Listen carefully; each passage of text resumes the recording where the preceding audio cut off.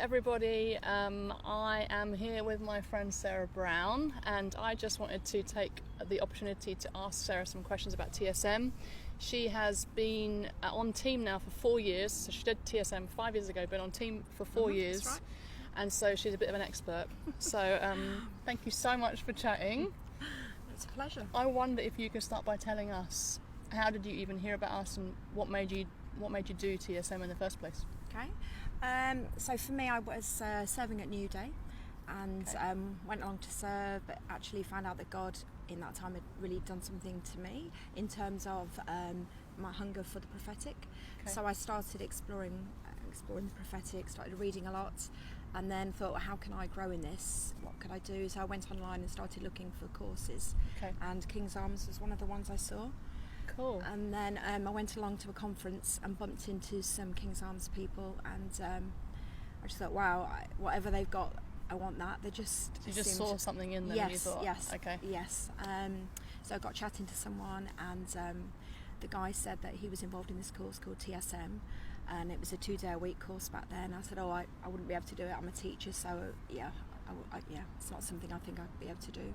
And I remember him saying to me, don't rule it out. If God wants you to do it, he'll make a way.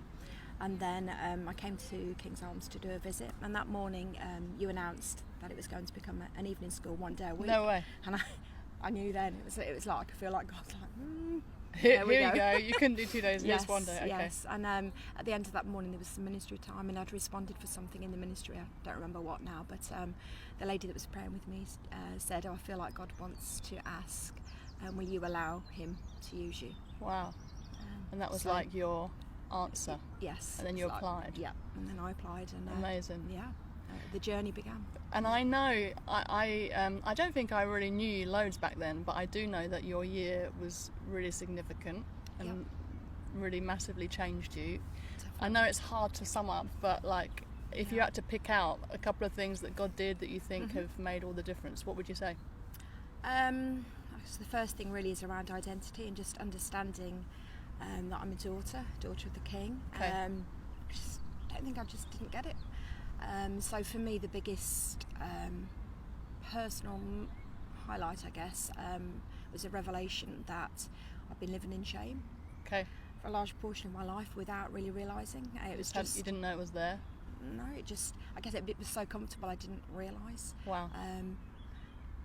So I remember one night specifically where my courage group leader had a word for me, and it was about having a royal exchange that God wanted to do. Wow. And it just like you're taking off the sort of like the garments of shame that you've been wearing, and God's given you just royal robes.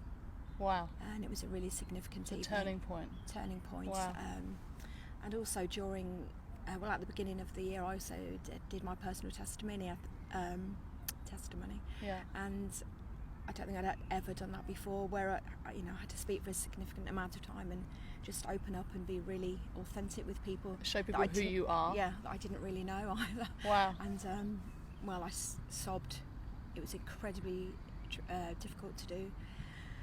But even that night I got freedom. Wow. Because people were just so just lovely to me, and were for me, and I didn't feel judged. They were just so supportive. Wow. And then they prayed for me, and it was just incredible. That's amazing, because I would also say now, with you leading the courage groups for the last 4 years, I think one of the things you do so well is helping to create a safe place for other people to be open and honest. So it's like the breakthrough you've received, you're now giving away to other people, which I think is amazing.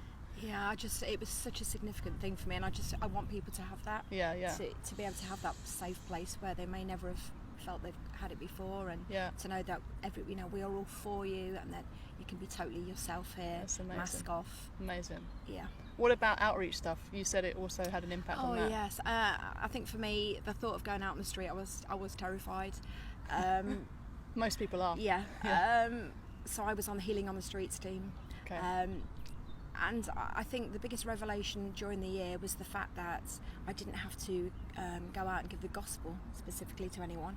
It was about actually just going out and loving people. Yeah. So just speaking to people that you bump into very naturally, and just being able to chat very normally with them, and if the conversation comes around to God and why you're out on the street, you can very naturally talk to them about, you know, why you're doing this. Yeah.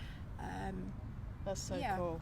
And just realising actually I might not go out and do healing on the streets with a banner and a chair like we did then, but I can go out and I can love people, and I can do that quite naturally. So just understanding that, like, the pressure was off really, I could just be myself. That's so cool. And God can use me just as myself.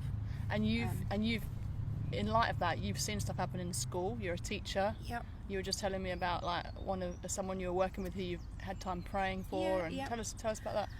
I think another sort of an outworking really of TSM was, so it's not that I've just even go out of my way and think, right, today I'm going to do this, I'm going to pray for that person.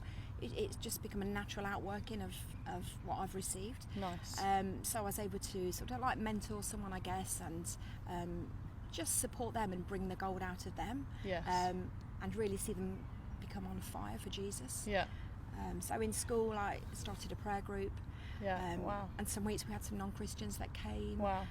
And I think the classroom in general, people would say that when they came into the room they could sense something different in the room. Okay. Very much just the peace of God. Creating the environment of the kingdom in your classroom. Right, yeah. People would come for prayer if they were, knowing that I'll pray for them if they weren't feeling well. Wow.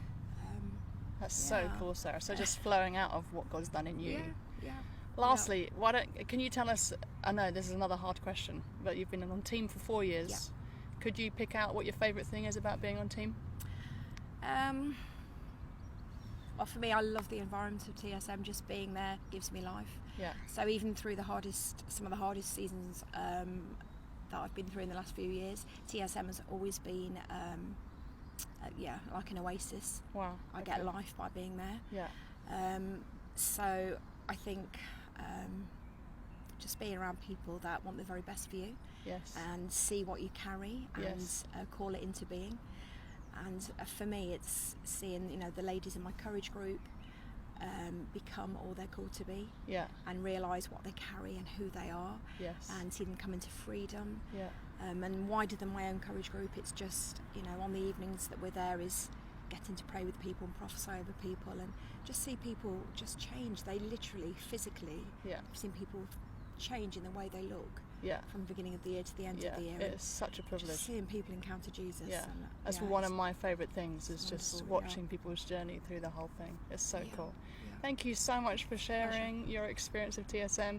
Hope you guys found that helpful. And I think sign up for TSM for this next year is open. So if you're interested in being part of the family, go to our website and sign up.